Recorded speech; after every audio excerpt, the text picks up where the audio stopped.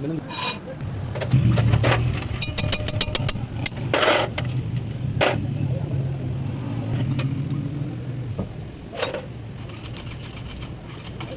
Sa silip ko. Saan dito sa silip?